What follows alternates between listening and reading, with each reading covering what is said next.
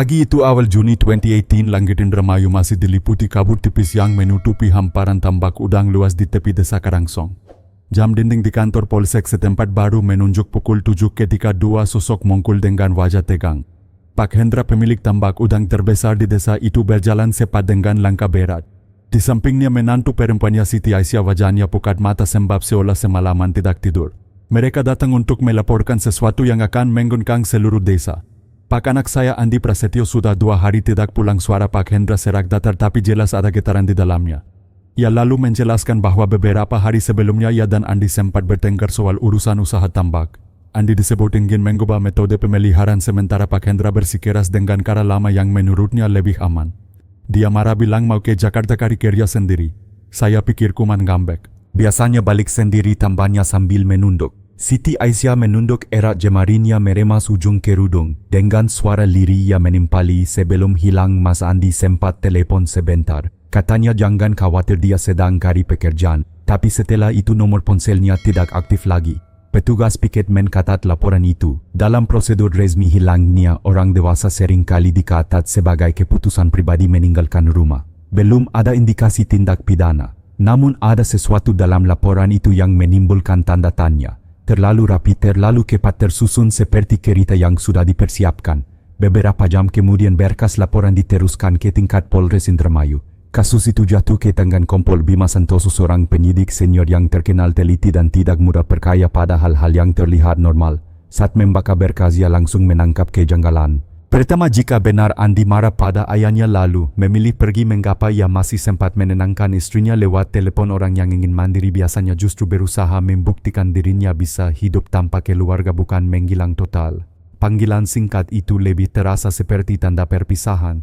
Kedua waktu laporan sangat janggal. Andi hilang sejak 1 Juni sore, tetapi keluarga baru melapor pada 3 Juni pagi. Jika benar khawatir, mengapa menunggu 2 hari? Kompol Bima mengernyit. Dalam pengalamannya, jeda waktu seperti itu sering dimanfaatkan untuk menghapus jejak. Ia memanggil tim kecil untuk rapat. Seorang penyidik muda mengusulkan agar segera melacak data komunikasi. Bima mengangguk. Cek semua log panggilan, Andi bandingkan dengan nomor Siti dan Pak Hendra. Perintah itu segera dilaksanakan. Beberapa jam berselang laporan masuk ke mejanya. Hasilnya membuat ruangan hening, tidak ada satupun panggilan dari nomor Andi ke Siti pada tanggal dan jam yang disebutkan. Cerita Siti runtuh dalam sekejap. Bima meletakkan berkas, menatap foto pernikahan Andi dan Siti yang terlampir. Senyum bahagia di foto itu kini terasa sinis seperti topeng. Tidak ada orang yang pergi meninggalkan rumah dengan cara serapi itu, gumamnya lirih. Ia bersandar ke kursi, menutup mata sejenak lalu berkata, mantap, ini bukan sekadar orang hilang. Ini kasus kriminal. Keputusan pun diambil, kasus Andi resmi dinaikkan statusnya menjadi penyelidikan tindak pidana. Dalam waktu kurang dari 24 jam setelah laporan masuk, Kompol Bima menandatangani surat perintah penggeledahan seluruh area tambak udang milik Pak Hendra. Sore hari 4 Juni, tim gabungan yang terdiri dari forensik, unit reskrim dan aparat lokal berangkat ke lokasi. Tambak Pak Hendra terletak di lahan hampir 5 hektar dengan puluhan petak kolam udang. Dikelilingi pagar kawat berduri, di tengahnya berdiri rumah besar berkat putih, tampak seakan simbol kejayaan keluarga itu. Begitu memasuki rumah, Bima merasakan hawa aneh. Bukan karena berantakan, melainkan justru sebaliknya, terlalu bersih, terlalu rapi. Kamar Andi masih utuh. Lemari penuh pakaian, sepatu berjejer sempurna seolah pemiliknya baru saja keluar sebentar. Tidak ada tanda-tanda seseorang berkemas untuk pergi jauh. Bahkan di asbak masih tersisa puntung rokok setengah terbakar. Andi perokok. Kalau benar pergi ke Jakarta, mengapa meninggalkan rokok yang masih menyala setengah, pikir Bima sambil menatap puntung itu. Ia menoleh ke arah Siti yang berdiri di pintu. Bu, sejak Andi pergi, apakah ibu masuk ke kamar ini? Tanyanya pelan. Siti menggeleng cepat. Tidak Pak, saya takut. Saya kira nanti kalau Mas sudah reda marah dia akan pulang sendiri. Jawaban itu terdengar wajar, tapi di telinga Bima terlalu mulus seperti alasan yang disiapkan. Ia tidak berkata apa-apa lagi, hanya mencatat. Setelah itu tim menyebar memeriksa area tambak. Para pekerja memberi jawaban seragam. Pak Andi sudah pergi, tidak ada yang aneh. Justru keseragaman inilah yang membuat Bima makin curiga. Pengalamannya mengajarkan pekerja tambak biasanya polos dan bicara sejujurnya. Jika semua berkata sama persis, berarti ada yang mereka sembunyikan. Hanya satu orang berbeda, seorang pekerja tua bernama Pak Jaya, sudah lebih dari 20 tahun bekerja di situ. Saat diajak bicara di pos jaga, ia ragu-ragu, matanya gelisah. Lama kemudian barulah ia berbisik, saya tidak berani cerita Pak, tapi beberapa malam terakhir kolam nomor 5 aneh. Udang sering muncul ke permukaan airnya bau. Dan saya lihat Bu Siti sering ke sana diam-diam. Bima mencatat cepat lalu menepuk bahunya. Terima kasih Pak Jaya, jangan bilang ke siapapun, biar kami yang ngurus. Sekilas hanya ucapan sederhana, tapi bagi Bima tanda-tanda itu jelas kolam nomor 5 menyimpan rahasia. Angin sore berhembus permukaan kolam tampak tenang. Namun ketenangan itu justru terasa seperti tirai menutupi sesuatu yang kelam. Bima berdiri memandang lama ke arah kolam, hatinya berbisik kebenaran ada di sana di dasar lumpur hitam itu. Dan permainan baru saja dimulai. Sore itu selepas pemeriksaan awal kompol Bima mengumpulkan tim di pos polisi desa. Peta tambak terbentang di meja lingkaran tebal menggitari satu titik kolam nomor 5. Mulai malam ini lokasi itu dipantau 24 jam ujarnya. Pasang kamera, hentikan pakan, batasi akses. Teknisi memasang kamera inframerah di tiang bambu, kabel ditarik di tepi, pematang generator dinyalakan. Di gerbang papan baru area pengawasan khusus dilarang masuk tanpa izin. Para pekerja berbisik bingung mengapa orang hilang tiba-tiba jadi urusan besar. Bima menyusuri tepian kolam, air tampak tenang namun hidungnya menangkap aroma samar yang tidak biasa. Ia menkata jam dan arah angin lalu menoleh ke Pak Jaya. Sejak kapan air berubah 2 malam lalu Pak? Udang sering naik ke permukaan, bukan karena pakan rasanya. Baik untuk sementara jangan mendekat ke kolam 5 kata Bima. Menjelang maghrib akses ditutup, song dekat gudang pakan diubah jadi ruang pengamatan. 4 layar menayangkan sudut berbeda. Sunyi malam menyisakan suara jangkrik dan hembus angin. Pukul 10 sosok berkerudung muncul di layar Siti Aisyah. Ia berdiri lama beberapa meter dari kolam, tangan saling menggenggam. Cahaya bulan menimpa separuh wajahnya. Bima memperbesar gambar. 5 menit 10:15 Siti hanya menatap permukaan air. Dia kembali bisik seorang penyidik. Kadat waktunya, jangan hampiri, jawab Bima. Dalam banyak perkara orang yang menyimpan rahasia akan kembali ke tempat rahasia itu berada.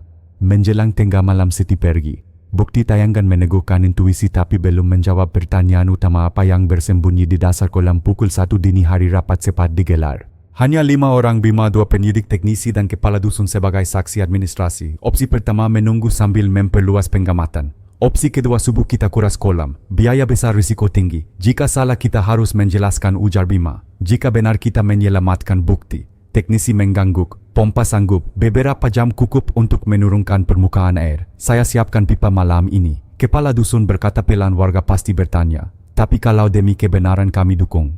Surat pemberitahuan biar saya urus. Keputusan diambil, pengurasan dimulai pukul 5 pagi. Bima menghubungi Polres untuk dukungan garis polisi, kontainer bukti dan tim forensik perairan. Kolam pada layar tetap diam seperti menahan napas. Menjelang subuh deru mesin pompa memeka sepi. Pekerja berdiri jauh sesuai instruksi. Garis kuning membentang di pematang. Bima briefing singkat, tidak ada yang menyentuh apapun tanpa instruksi forensik. Dokumentasikan setiap perubahan. Bekerja tenang dan rapi. Air surut sedikit demi sedikit menampakkan lumpur pekat. Matahari merangkak menyorot permukaan yang retak. Sesekali udang meloncat kecil lalu hilang. Menit terasa seperti jam. Bima mencatat ketinggian air tiap 15 menit. Di kejauhan Pak Hendra berdiri bersedekap menatap kosong. Ia tidak protes, tidak membantu. Bima mendekat. Pak, mohon tetap di sini.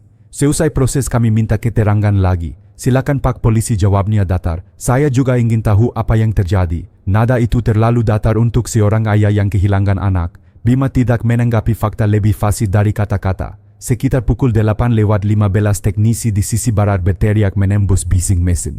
Pak, ada sesuatu di dekat sudut pematang, semua menoleh. Bima memberi isyarat hening lalu mendekat bersama tim forensik. Di permukaan lumpur tampak benda gelap tertahan di cekungan kecil. Bukan karung, bukan ban. Bentuknya terlalu teratur. Jangan sentuh, perintah Bima. Foto dari 3 sudut lalu semprot tipis bertekanan rendah. Semprotan diarahkan pelan.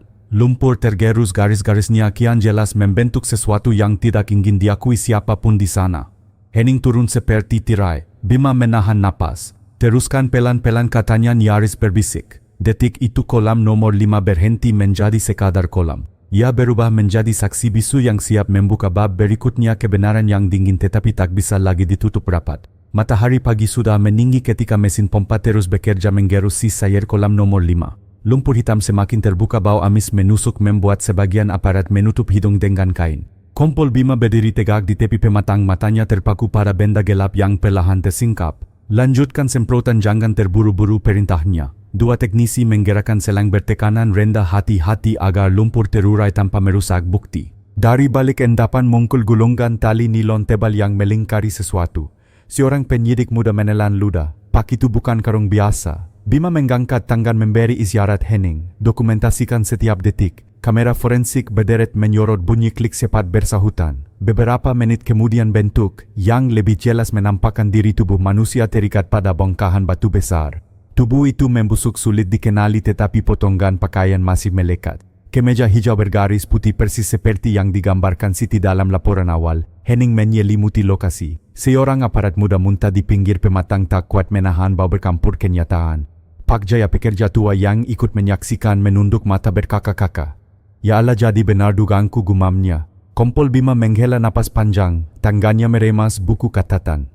Semua kepingan yang ia curigai kini terhubung. Segera pasang garis tambahan. Semua yang tidak berkepentingan keluar area, suaranya tegas. Tim forensik perlahan mengangkat tubuh ke atas tanduk khusus. Saat diperiksa kepat di saku kelana ditemukan sebuah cincin kawin dengan inisial A and S terukir samar. Bima menatap benda itu lama. Tidak ada lagi keraguan, jenazah tersebut adalah Andi Prasetyo, putra kandung Pak Hendra, suami dari Siti Aisyah. Siti yang berdiri di antara kerumunan warga berteriak histeris lalu roboh. Tangisannya peka tubuhnya digotong dua aparat wanita menjauh.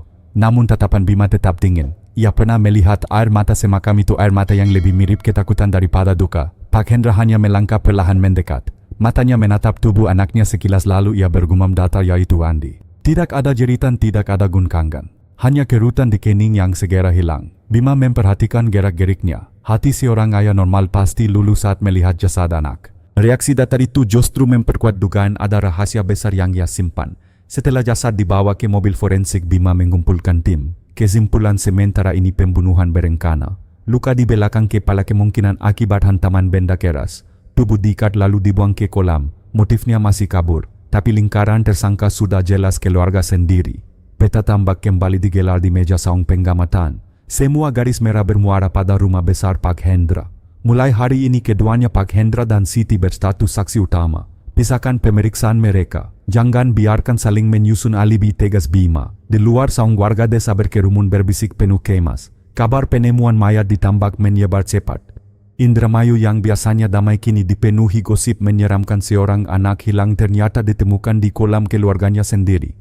Malam itu di markas kecil Polsek, Bima menatap layar monitor berulang kali. Gambar Siti berdiri lama di tepi kolam kini terasa semakin jelas maknanya. Bukan sekadar istri menunggu suami, melainkan seseorang yang tahu rahasia apa yang tersembunyi di bawah permukaan.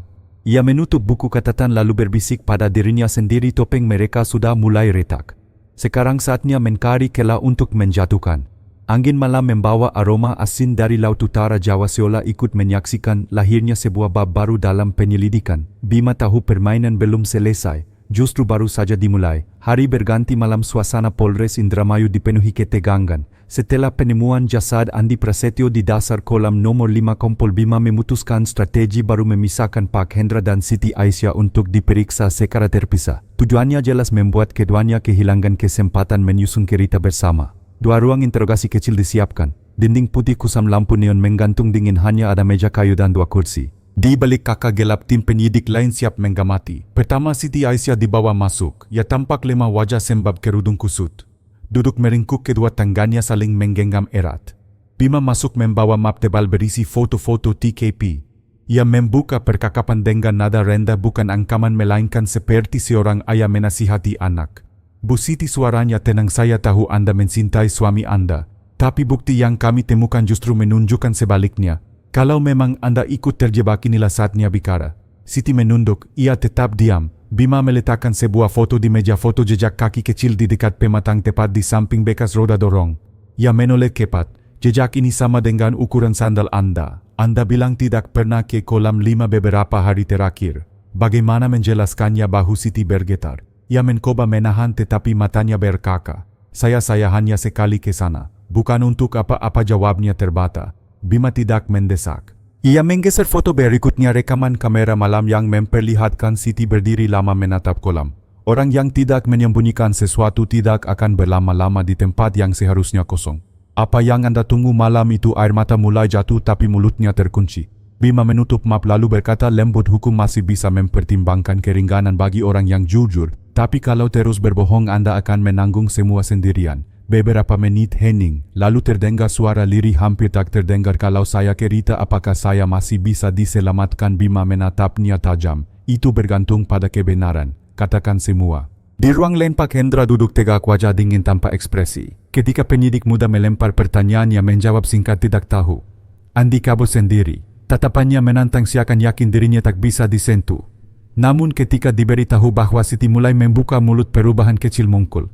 Alisnya berkerut, jemari menggetuk meja. Dia bilang, apa suaranya meninggi? Dia menuduh bapak yang menyusun rencana, jawab penyidik pelan. Sekejap wajah tenangnya retak. Ia bangkit menghantam meja dengan telapak tangan. Bohong, perempuan itu yang memulai semua ini, dia yang mendorong saya, suara parau penuh amarah. Di balik kakak Bima menggamati. Senyum tipis muncul di wajahnya. Ledakan emosi spontan sering kali lebih jujur daripada 1000 alasan. Ia masuk perlahan, berdiri di hadapan Pak Hendra. Jadi Anda mengakui ikut dalam pembunuhan Andi, tanyanya dingin. Pak Hendra terdiam beberapa detik lalu tertawa getir. Andi bukan pewaris yang pantas, dia lemah. Semua yang saya bangunkan hancur di tangannya. Saya tidak sanggup menyerahkannya. Kata-kata itu menggema di ruangan. Tidak ada lagi ruang untuk menyangkal. Malam semakin larut, tetapi kebenaran perlahan muncul ke permukaan. Dari mulut Siti yang mulai patah dan dari kemarahan Pak Hendra yang meledak, potongan teka-teki mulai tersusun, sebuah konspirasi gelap yang lahir dari tambak udang dipupuk oleh tamak dan nafsu.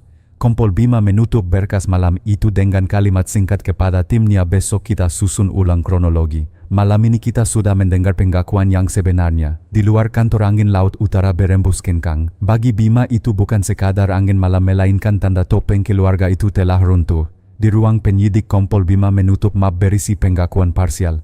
Namun dalam benaknya ia tahu masih ada celah yang belum terisi. Bagaimana persisnya peristiwa malam pembunuhan itu? Apa motif yang membuat seorang ayah dan menantu tega merencanakan kematian orang yang seharusnya mereka lindungi? Untuk menjawabnya, Bima meminta tim menyusun ulang semua detail berdasarkan bukti fisik dan keterangan yang mulai bocor. Malam itu di papan tulis besar garis waktu dipenuhi koretan spidol merah. Anak panah menunjuk jam, lokasi dan nama. Siti akhirnya membuka mulut lebih jauh. Dengan suara bergetar ia menceritakan malam kelam itu. Pak Hendra menemuiku di ruang tamu setelah makan malam, katanya pelan. Dia bilang Andi tidak layak memimpin tambak. Katanya kalau usaha ini jatuh ke tangan Andi, semua akan hancur. Saya hanya mendengar. Tapi kemudian dia mulai bicara soal rencana yang tidak masuk akal. Bima menatapnya tajam. Rencana apa? Siti menunduk. Menghabisi Andi. Malam itu juga. Dalam pengakuan lanjutan, Siti menjelaskan sekitar pukul 11 ia menelepon Andi yang sedang berada di gudang kecil di ujung tambak. Dengan nada memelas ia mengajak suaminya bertemu di saung penjaga untuk meminta maaf. Saya menangis memohon supaya dia percaya, ukapnya lirik. Andi yang berhati lembut tidak menolak. Ia berjalan tanpa curiga menuju saung di tengah malam gelap. Saat ia mendekat, Siti duduk di bangku kayu dengan wajah basah air mata. Dari balik rimbun pisang di belakang saung, Pak Hendra sudah siap dengan balok kayu. Saat Andi membalikkan badan hendak memeluk istrinya, balok itu menghantam keras bagian belakang kepala.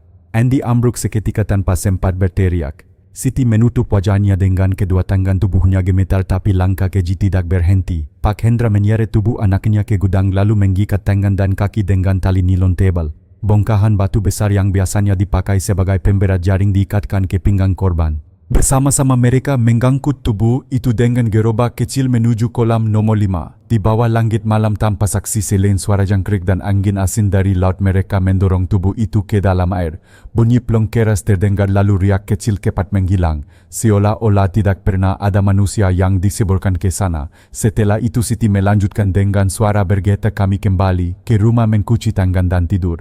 Besok paginya saya berpura-pura sedih. Dia Pak Hendra berkata kepada semua orang bahwa Andi pergi ke Jakarta. Kompol Bima mendengarkan tanpa menyela. Setiap detail dikatat rapi, bukan hanya untuk menguatkan berkas perkara tetapi juga untuk memahami kedalaman dosa yang lahir dari nafsu berkuasa. Keesokan harinya Bima memanggil Pak Hendra lagi. Kali ini ia membakakan pengakuan Siti kata demi kata. Raut wajah lelaki itu berubah namun ia tidak menampik. Malah ia tertawa hambar. Ya, itu benar. Anak itu tidak pantas. Dia terlalu lemah untuk memegang tambak sebesar ini. Saya tidak ingin kira-kira saya hancur. Di ruangan itu tak ada lagi sangkalan. Justru sebuah pengakuan terbuka lahir dari kesombongan yang menolak kalah. Malam semakin larut ketika tim penyidik menyusun kesimpulan awal. Mereka kini punya alur kronologi pertengkaran, rencana gelap pembunuhan hingga upaya menutupi jejak. Semua mengarah pada dua orang, ayah dan menantu. Bima menatap papan kronologi dengan sorot mata dingin. Besok kita masuk tahap berikut, mencari motif sebenarnya. Bukan hanya soal tambak. ada sesuatu yang lebih dalam. Angin dari jendela membawa bau asin laut utara. Dalam hening Bima berbisik pada dirinya sendiri, kebenaran baru saja membuka pintu pertama, tapi masih ada lorong panjang yang harus ditempuh.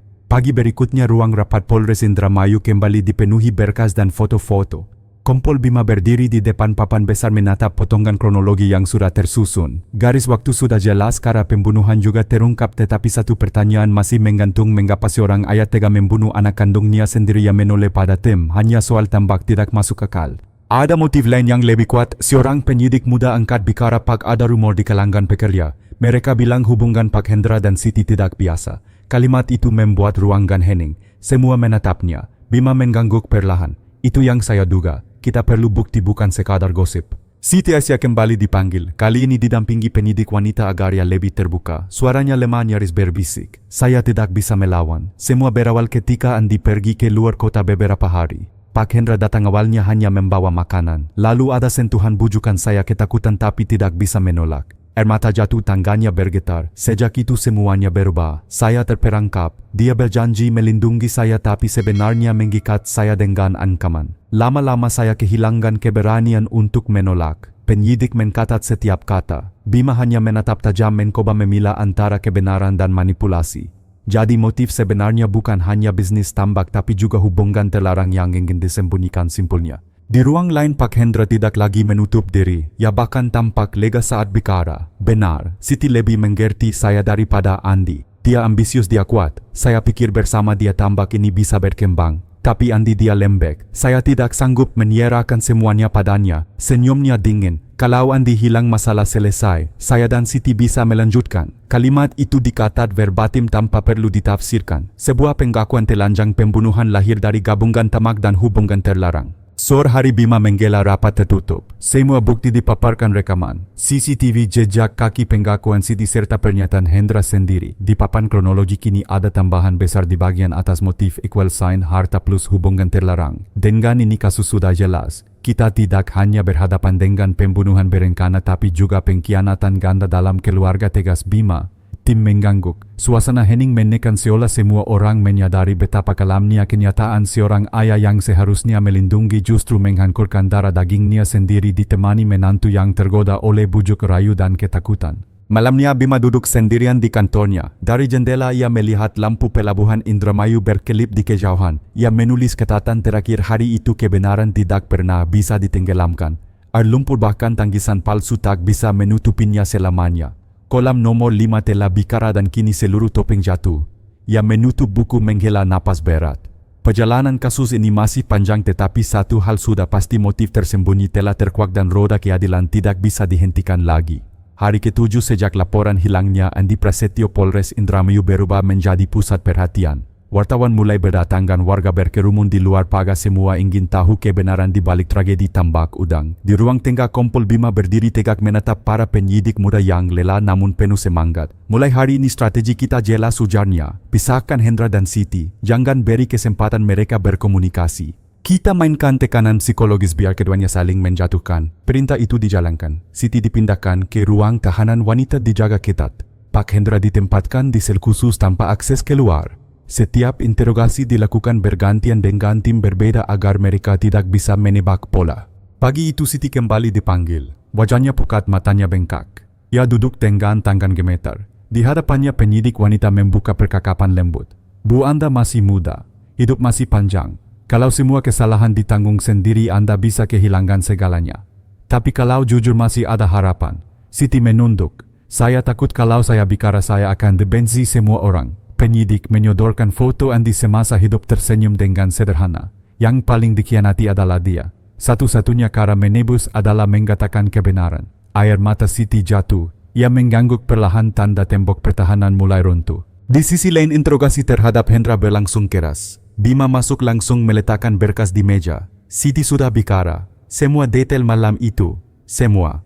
Anda masih mau menyangkal? Wajah Hendra menegang. Dia bohong, perempuan itu memanipulasi kalian. Bima bersandar menatap lurus. Kalau begitu jelaskan mengapa jejak roda gerobak dari gudang menuju kolam 5 sama persis dengan bekas ban di gudang Anda, mengapa ikatan tali nilon identik dengan gulungan yang kami temukan di rumah Anda. Hendra terdiam.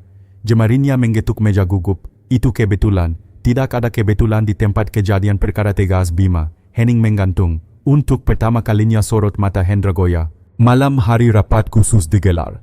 Bima memaparkan perkembangan Siti mulai retak emosinya labil. Hendra masih mencoba bertahan tapi tekanan bukti membuatnya goyah. Besok kita lakukan taktik silang bakakan pengakuan salah satu di depan yang lain.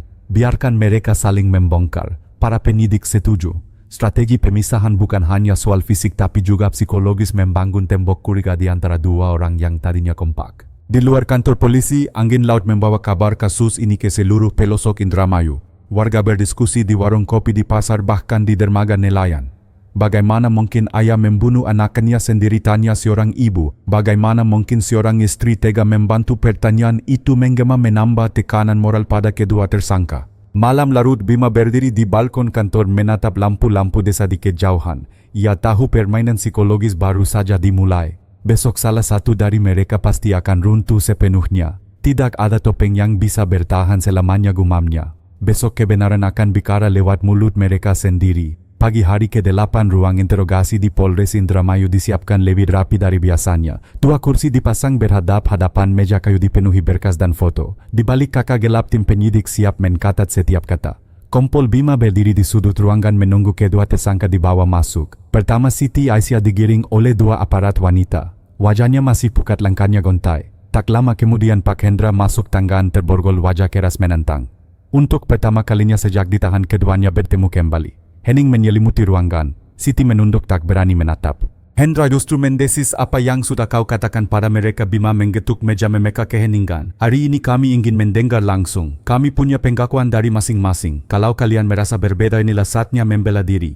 Ia membuka map mengeluarkan selembar kertas. Siti menyatakan bahwa Hendra lah yang merencanakan pembunuhan. Bahwa Andi dipancing keluar lalu dipukul dari belakang. Setelah itu tubuhnya diikat, dibebani batu dan dibuang ke kolam nomor 5. Seketika wajah Hendra memerah. Ia menoleh tajam ke arah Siti. Kau berani bilang begitu? Kau yang memaksa aku, kau yang memancing Andi malam itu. Jangan lempar semua ke aku. Siti tersentak, air matanya menggalir. Saya hanya takut semua terjadi karena bapak yang menggancam saya. Suasana memanas. Bima tetap tenang membiarkan emosi meledak. Baginya pertengkaran itu adalah bentuk pengakuan tak langsung. Dua orang saling menyalahkan berarti keduanya terlibat. Setelah beberapa menit Bima mengangkat tangan menghentikan adu mulut. Cukup, kami sudah mendengar. Kalian berdua saling menuduh tapi inti cerita sama. Andi dipukul, diikat lalu dibuang ke kolam. Itu fakta. Tidak ada lagi yang bisa kalian bantah. Siti terisak. Saya tidak pernah ingin membunuhnya. Saya hanya terjebak. Hendra menggeleng keras. Jangan percaya dia wanita licik. Dia ingin harta, dia ingin aku, lalu dia bujuk aku menyingkirkan Andi. Bima mendekat menatap keduanya bergantian. Kalian pikir bisa menutupi selamanya? Bukti fisik, rekaman kamera, jejak di pematang, semua sudah bicara. Tinggal satu yang belum, hati nurani kalian. Beberapa menit kemudian Siti mulai runtuh. Dengan suara parau, ia berkata, ya saya salah. Tapi saya dipaksa. Malam itu saya menangis sungguhan. Saya tidak sanggup melihat Andi dipukul tapi saya juga tidak bisa menghentikannya. Setelah semua selesai saya menuruti arahan Pak Hendra karena takut. Bima menatapnya tajam lalu menoleh ke Hendra. Bagaimana dengan Anda? Masih menyangkal wajah Hendra keras tapi suara lirihnya bokor. Andi memang anak saya. Tapi dia lemah, dia tidak kokoh meneruskan tambak. Saya tidak ingin melihat kerja keras saya hancur. Kalimat itu menggema di ruangan. Tidak ada lagi jalan mundur. Sesi interogasi berakhir dengan catatan tebal. Dua pengakuan berbeda tapi sama-sama mengikat. Tim penyidik menyimpulkan meski motif mereka saling tuduh, faktanya keduanya terlibat langsung dalam rencana dan eksekusi.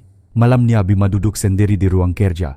Lampu meja menyinari katatannya. Kebenaran tidak selalu datang dari mulut yang jujur. Kadang muncul dari pertengkaran dua orang yang saling membuka aib. Hari ini topeng terakhir mulai retak. Ia menutup buku, menarik napas dalam.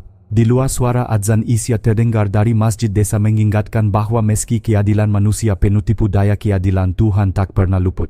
Hari ke-9 penyelidikan Kompol Bima memutuskan untuk melakukan rekonstruksi. Tuduhannya jelas memastikan kronologi pembunuhan sesuai dengan bukti dan pengakuan yang saling bertolak belakang. Pagi itu halaman Polres Indramayu dipenuhi aparat dan warga yang penasaran. Media lokal berdiri di balik garis polisi, kamera mereka siap mengabadikan momen penting. Bima mengingatkan rekonstruksi ini bukan tontonan tapi bagian penyidikan. Semua harus tertib. Siti Aisyah dan Pak Hendra dibawa keluar dengan penjagaan ketat. Wajah keduanya kontras. Siti tampak rapuh menunduk sementara Hendra masih berusaha mempertahankan wibawa dengan tatapan tajam. Rekonstruksi dimulai di gudang pakan tempat Siti mengaku meneleponan di malam itu. Seorang polisi bertindak sebagai figur pengganti korban. Siti diperintahkan memperagakan bagaimana ia merayu Andi untuk datang ke saung penjaga. Dengan suara bergetar ia memerangkan adegan itu. Kemudian mereka berjalan ke saung di tengah tambak. Disinilah versi berbeda muncul. Pak Hendra memukulnya dari belakang, ujar Siti.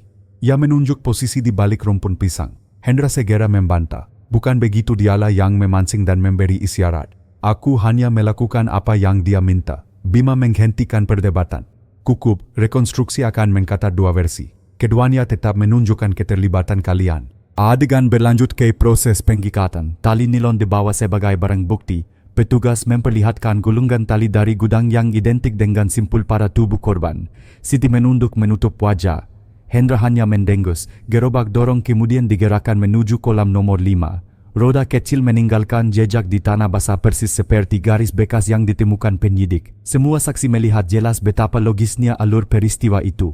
Akhirnya mereka sampai di tepi kolam. Figur pengganti korban diikatkan dengan batu tiruan aman lalu didorong perlahan ke air dangkal. Suara plong bergema membuat sebagian warga bergidik. Seorang ibu yang menonton berbisik lirih, "Astagfirullah, tega sekali." Setelah semua adegan diperagakan, Bima menyimpulkan di depan tim baik versi Siti maupun Hendra. Keduanya menunjukkan kesamaan inti. Andi dipukul, diikat lalu dibuang ke kolam. Detail siapa yang lebih dominan tidak menghapus fakta bahwa keduanya terlibat. Ia menatap kedua tersangka. Kalian boleh saling menuduh, tapi malam itu kalian berdiri di tempat yang sama melakukan perbuatan yang sama. Itu tidak bisa dihapus. Siti menangis terseduh-seduh, tubuhnya lemas. Hendra tetap mencoba keras tetapi sorot matanya kini penuh kebencian bukan lagi kekuatan. Malamnya Bima menulis catatan harian di kantornya. Hari ini rekonstruksi menutup sela terakhir. Tidak ada lagi ruang berbohong. Kolam nomor 5 bukan hanya kuburan Andi tapi juga kuburan bagi dua jiwa yang dikendalikan oleh tamak dan dosa. Ia menutup buku lalu memandang keluar jendela. Hujan gerimis turun di Indramayu membasahi jalanan sunyi. Bagi Bima itu seperti tanda alam, setiap kebohongan akhirnya akan larut menyisakan kebenaran yang dingin. Hari ke-10 kasus pembunuhan Andi Prasetyo resmi memasuki tahap gelar perkara. Aula Polres Indramayu dipenuhi aparat jaksa penuntut dan perwakilan pengadilan. Berkas setebal ratusan halaman tersusun di meja panjang berisi foto keterangan saksi hingga hasil rekonstruksi. Kompol Bima memulai presentasi dengan suara mantap. Bukti fisik menunjukkan konsistensi. Ada jejak roda gerobak, tali nilon identik, serta rekaman CCTV yang merekam keberadaan Siti di kolam nomor 5. Ditambah pengakuan parsial dari kedua tersangka. Kami menyimpulkan pembunuhan ini direncanakan bersama. Ruangan hening hanya suara kipas angin tua yang berputar. Jaksa mengangguk menuliskan catatan cepat. Motif utama tanyanya. Bima menjawab tegas, kombinasi antara perebutan harta tambak dan hubungan terlarang. Hal itu telah diakui sendiri oleh keduanya meski mereka saling menyalahkan. Siti digiring masuk pertama kali untuk memberi keterangan awal. Ia tampak rapuh, wajah tertutup kerudung lusuh. Dengan suara bergetar ia berkata, "Saya terjebak, saya tidak pernah ingin membunuh suami saya. Semua terjadi karena tekanan." Jaksa menatap tajam. "Namun Anda tetap berperan. Anda menelepon korban, memancingnya keluar. Tanpa itu rencana tidak akan berjalan." Siti tersak tidak sanggup menjawab. Kemudian giliran Hendra. Dengan sikap keras ia menyatakan, "Saya hanya ingin menyelamatkan usaha keluarga. Andi terlalu lemah. Siti yang mendesak saya, dia yang membuat rencana." Namun setiap kata dipatahkan dengan bukti di layar proyektor foto, tali jejak ban rekaman kamera. Sorot mata jaksa menunjukkan ketidakpercayaan. Akhirnya Hendra terdiam, hanya menunduk. Untuk pertama kalinya ia tampak tua dan rapuh. Di luar aula kerumunan warga sudah menunggu sejak pagi. Bisik-bisik terdengar, ternyata benar anak itu dibunuh ayahnya sendiri. Astaga, dosa apa keluarga itu. Suasana penuh rasa marah bercampur iba. Media lokal segera menulis berita dengan judul menkolok. Foto Hendra dan Siti menjadi sorotan utama di halaman depan. Nama kolam nomor 5 mendadak populer bukan sebagai tempat tambak melainkan lambang pengkhianatan keluarga. Malamnya Bima duduk di ruang kerjanya menatap laporan terakhir. Ia tahu perkara ini sudah menuju persidangan resmi di pengadilan negeri. Namun hatinya tidak merasa lega. Menangkap mereka bukanlah kemenangan gumamnya. Ini hanya awal. Keadilan harus ditegakkan, tapi luka keluarga itu tidak akan pernah sembuh. Ia menulis catatan di buku hariannya, "Kadang kebenaran pahit lebih menyakitkan daripada kebohongan yang lama diperkaya. Tapi hanya dengan kebenaran masyarakat bisa belajar dan waspada." Hujan deras mengguyur Indramayu malam itu. Suara air di atap kantor terdengar seperti ketukan tak henti mengingatkan bahwa setiap perbuatan sekecil apapun akhirnya akan bergema kembali. Kompol Bima menutup matanya sejenak. Ia tahu besok akan lebih berat menghadapi pengadilan, menghadapi opini publik dan yang terpenting menyelesaikan kisah tragis yang lahir dari kerakusan. Hari ke-11 ruang sidang pengadilan negeri Indramayu dipenuhi sesak. Kursi kayu penuh oleh warga, jurnalis bahkan mahasiswa hukum yang ingin menyaksikan jalannya persidangan. Hakim ketua duduk di kursi tinggi palu kayu siap menggetuk. Di sisi kanan duduk jaksa penuntut umum dengan tumpukan berkas. Di sisi kiri dua kursi terdakwa Siti Aisyah dan Hendra. Siti tampak mengenakan kerudung sederhana, wajahnya pucat dan mata bengkak. Ia menunduk menghindari sorotan kamera. Sementara Hendra dengan kemeja tahanan berwarna kokelat duduk kaku dengan tatapan tajam ke depan seolah masih ingin mempertahankan wibawa. Hakim membuka persidangan dengan suara lantang. Hari ini kita akan mendengarkan kesaksian saksi kunci. Pintu belakang terbuka dan masuklah Pak Jaya, pekerja tua tambak yang pertama kali curiga dengan kolam nomor 5. Langkahnya pelan, tongkat kayu menopang tubuh rapuhnya. Namun suaranya tetap jelas ketika bersumpah di hadapan hakim. Saya bekerja lebih dari 20 tahun di tambak itu. Beberapa malam sebelum polisi datang saya lihat Bu Siti ke kolam nomor 5. Airnya juga berubah, baunya aneh, udang naik ke permukaan. Saya takut tapi akhirnya saya bicara ke polisi. Siti menutup wajahnya, air mata mulai menetes. Hendra menggertakkan gigi menahan emosi. Jaksa kemudian mengajukan pertanyaan. Apakah saudara saksi melihat langsung kejadian pembunuhan Pak Jaya? Menggeleng. Tidak. Saya hanya lihat gerak-gerik aneh. Tapi itu cukup membuat saya curiga. Walau sederhana kesaksian itu justru menjadi pemicu. Semua mata kini beralih ke Siti. Hakim memberi kesempatan padanya untuk bicara. Dengan suara lirih ia mulai mengisahkan kembali, saya salah yang mulia. Malam itu saya menelpon suami saya. Saya bilang ingin minta maaf. Padahal semua sudah direncanakan. Saya tidak berani menolak. Pak Hendra menggangkam katanya, kalau saya tidak ikut saya akan dibuang juga. Ruangan riuh. Bisik-bisik terdengar di antara penonton. Hakim menggetuk palu meminta ketenangan. Kemudian giliran Hendra membela diri. Ia bersuara keras menuding Siti. Dia pembohong, dialah yang merayu saya. Dia bilang Andi tidak pantas, dialah yang ingin menguasai tambak. Jangan percaya, air matanya jaksa menimpali cepat. Namun fakta menunjukkan tali nilon berasal dari gudang milik Anda, jejak roda gerobak dari arah rumah Anda, dan rekaman kamera memperlihatkan Siti berdiri kemas di tepi kolam. Semua ini mengikat Anda berdua. Hendra terdiam, wajahnya merah, urat di leher menegang.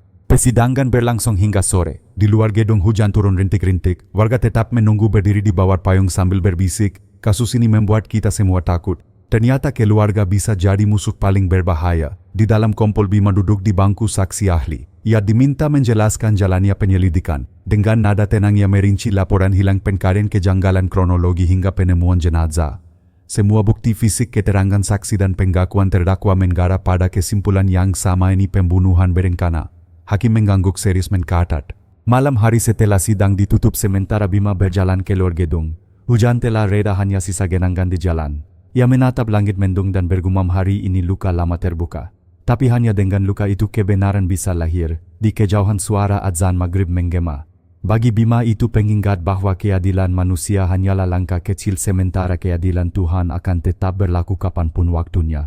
Hari ke-12 persidangan dimulai dengan suasana tegang. Kursi ruang sidang kembali dipenuhi warga dan jurnalis. Kali ini giliran jaksa penuntut umum memaparkan dakwaan lengkap pembunuhan berencana dengan pemberatan dilakukan bersama-sama dengan motif harta dan hubungan terlarang. Jaksa berdiri tegas di hadapan majelis hakim. Terdakwa Hendra dan Siti Aisyah secara sadar menyusun rencana, melaksanakan dan berupaya menutupi jejak. Bukti-bukti fisik, kesaksian saksi kunci serta pengakuan terdakwa sendiri sudah memperkuat pasal yang kami ajukan. Ruangan hening, semua mata menatap dua kursi terdakwa. Penasihat hukum Siti berdiri. Dengan nada tenang ia mencoba meringankan kliennya. Yang mulia, klien kami bukan otak pelaku. Ia hanyalah korban manipulasi. Hubungan terlarang yang dimulai tanpa kehendaknya membuat ia terjebak. Tekanan dan ancaman membuatnya tidak punya pilihan. Beberapa orang di ruang sidang mengangguk, simpati mulai muncul. Namun jaksa cepat menyela. Fakta menunjukkan tanpa panggilan telepon dari Siti, korban tidak akan keluar malam itu.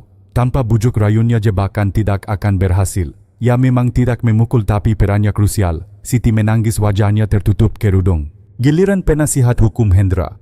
Ia mencoba menekankan jasa kliennya sebagai pengusaha sukses yang memberi lapangan kerja bagi ratusan warga. Terdakwa hanyalah ayah yang kecewa pada kelemahan anaknya. Ia terpancing bukan pelaku berencana. Tapi jaksa kembali memukul telak.